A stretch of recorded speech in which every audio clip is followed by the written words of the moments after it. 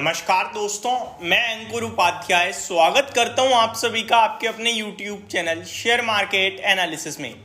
यहां आप सभी के साथ बात करने वाला हूं मझगांव डॉक शिप बिल्डर्स के स्टॉक के बारे में। इस शेयर ने जो परफॉर्मेंस दी है वो तो काबिलिय तारीफ है, लेकिन इस स्टॉक के लिए आज एक बड़ी खबर आते हुए दिख रही है।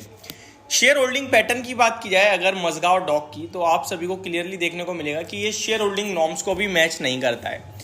अकॉर्डिंग टू सेबीज रूल, आपका 25% शेयर जो है वो फ्री फ्लोट होना चाहिए। अब फ्री फ्लोट की कैटेगरी में क्या आता है? एफआईआई, डीआईज और पब्लिक, इन तीन कैटेगरी को मिलाकर 25% शेयर होना चाहिए, क्योंकि प्रमोटर्स का जो स्टेक होता है वो फ्री फ्लोट नहीं होता है, उसे फ्री फ्लोट में काउंट नहीं करते हैं, वो एक फिक्स है।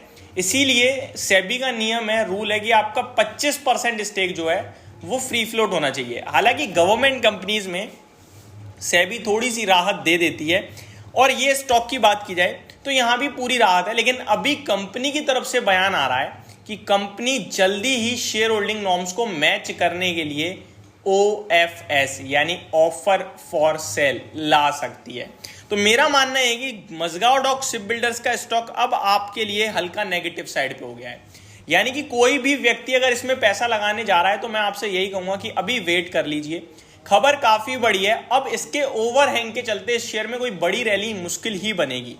इनफैक्ट OFS के चलते स्टॉक में हल्की फुल्की डिप आ जाए तो भी कोई बड़ी बात नहीं है, क्योंकि आपको सबको पता ही है OFS जब भी आता है तो करंट मार्केट प्राइस के सामने कुछ ना कुछ डिस्काउंट पे ही आता है, और ये कुछ ना कुछ डिस्काउंट मिनिमम 10% का तो होता ही होता है। अब OFS आएगा कब उसके बारे में तो नहीं पता है, लेकिन कंपनी ने क्या अनाउंसमेंट करी है पहले मैं वो बताना चाहूंगा।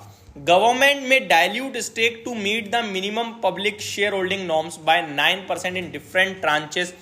जी बिजनेस ने ये स्टोरी कवर करी है, यानी कि ऑफिशियली नहीं है, जी बिजनेस की तरफ से ये खबर आई है, स्टोरी कवर करी गई है, उन्होंने अपडेट दी है। तो अब 9% डिफरेंट ट्रांचेस, इन वर्ड्स पे ध्यान दीजिए। पहले मैं शेयर होल्डिंग पैटर्न बता दूं आपको करंटली क्या चल रहा है इस समय मझगांव डॉक शिप बिल्डर्स का। प्रमोटर्स के पास 84.83% का स्टेक है, और मैक्सिमम कोई भी प्रमोटर 75% ओन कर सकता है। यानी कि आप कह सकते हैं 9.83% स्टेक इनके पास एडिशनल है, जिसको ये खाली करेंगे। आगे बात करें तो एफआईआई इसके पास केवल 2.38% है, डीआई इसके पास 0.66 है, और पब्लिक के पास 12.12% का स्टेक है। तो अब ये 9-9.5% या फिर 9.25% का स्टेक OFS में आएगा, डिफरेंट ट्रांचेस में आएगा। डिफरेंट ट्रांचेस यानी कि एक बार में पूरा 10% नहीं आ जाएगा, कभी 2% हो सकता है, 5% हो सकता है, या 7% हो सकता है, और बचा हुआ आगे चलकर आ सकता है। इस तरीके से आपके लिए 2 या 3 बार में ये पूरा का पूरा OFS बाजार में उतरता हुआ दिखेगा। कंपनी का मार्केट कैप है 43,800 करोड़ का करंटली, और इस OFS की कीमत हो सकती है 4,400 करोड़ करंट मार्केट प्राइस के हिसाब से, क्योंकि 10% का OFS है।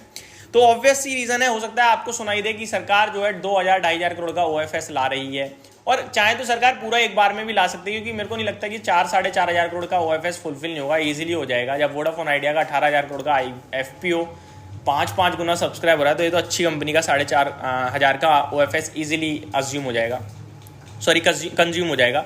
अब कंपनी के मार्केट शेयर पे आते हैं। 2172 ट्रेड कर रहा है।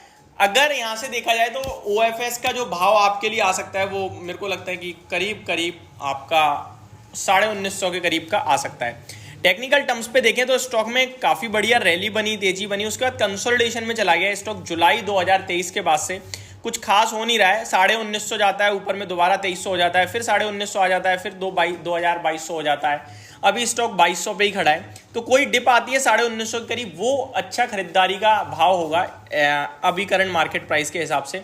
आपको इसको थोड़ा सा अवॉइड लिस्ट में रखना चाहिए।